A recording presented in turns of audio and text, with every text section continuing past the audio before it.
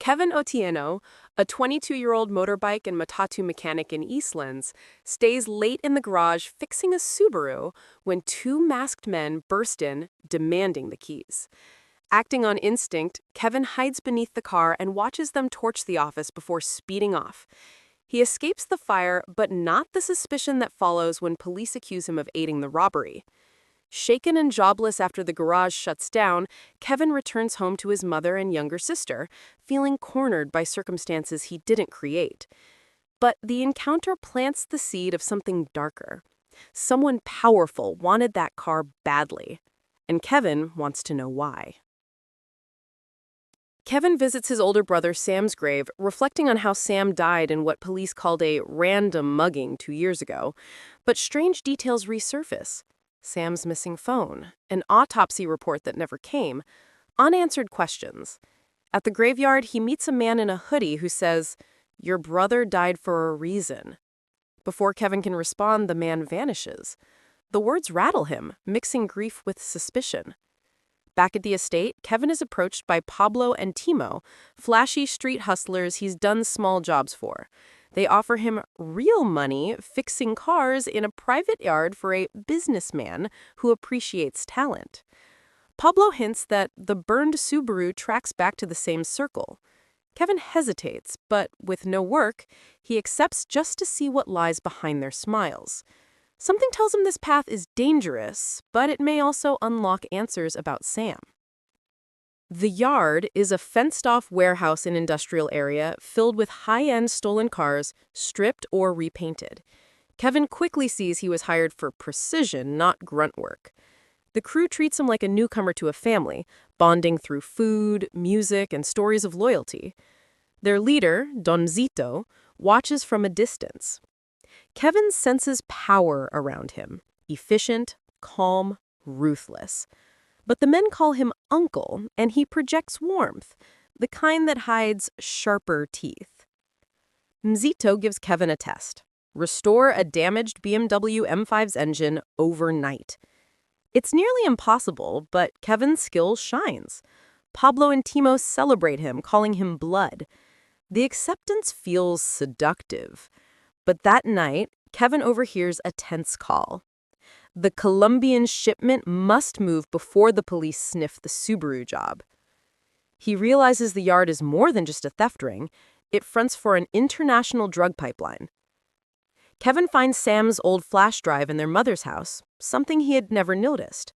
On it is encrypted files and one video. Sam speaking urgently into a webcam saying, "If anything happens to me, it's connected to the engines." The phrase chills Kevin. Engines. Cars. Was Sam inside the same world Kevin just walked into? Kevin rides Mong on a retrieval job. It starts smooth but turns violent when a rival gang intercepts them. Timo shoots first. Blood splatters the car door. Kevin freezes, horrified. Back at the yard, Mzito praises Timo's quick action. Kevin realizes violence is not an accident here. It's the language. Walking away now isn't simple. Walking deeper might reveal Sam's truth. Kevin spots a mechanic's keychain on Mzito's desk, the same one Sam used to carry. When he picks it up, Mzito says, casually, "Your brother worked here. He was good too." The revelation hits Kevin like a punch. Sam was part of the ring. Why didn't he ever say? And why did he die? Mzito frames Sam's death as a mistake. Wrong time, wrong street. He speaks with rehearsed sorrow, but Kevin sees through him. Sam's fear in the video tells a different story. Inside, Kevin vows, find who killed Sam, burn them quietly. The cartel escalates operations using Kevin's skills to prep a convoy of concealed drug cars. The work is intense, but it pushes Kevin closer to the inner circle. Pablo warns him, family here is earned, but betrayal? It's paid in graves. Kevin nods, masking the storm inside. Detective Achieng, a sharp and relentless officer, visits Kevin's home, asking about the yard, the fire, and Sam. She hints that Sam was working undercover, a claim that shocks Kevin. Before she leaves, she says, if you're walking into the place that killed him, at least don't walk blind. Kevin watches Timo snort cocaine before a job, sees Pablo hiding bruises from cartel enforcers, and notices Mzito's mood swings. The family image is peeling away. Achieng's words echo. Sam was undercover. Was Kevin being watched too? Kevin deciphers part of Sam's flash drive using a password only they shared as kids. He uncovers files showing car engine diagrams with marked compartments, drug concealment units identical to the ones Kevin now installs. Sam didn't just stumble into danger, he discovered something. At a cartel party, Kevin overhears that Sam's death was ordered because he asked too many questions. Rage and grief battle inside, but he hides it. If they suspect he knows, he'll join Sam. Kevin starts subtly sabotaging cars, weakening cartel efficiency without being obvious. Achieng becomes his hidden contact, feeding him intel. He walks a tightrope. One mistake means death. Kevin learns Pablo snitched to police years ago. That's how Sam got involved. Pablo's guilt is eating him alive. Kevin is torn. Kill him or use him? Police raid an outpost warehouse. Kevin's sabotage helped. Mzito is furious, suspecting a mole. Pablo trembles. Kevin must divert attention or the wrong man dies. Kevin frames an external game to throw suspicion off the yard. The cartel buys it, for now.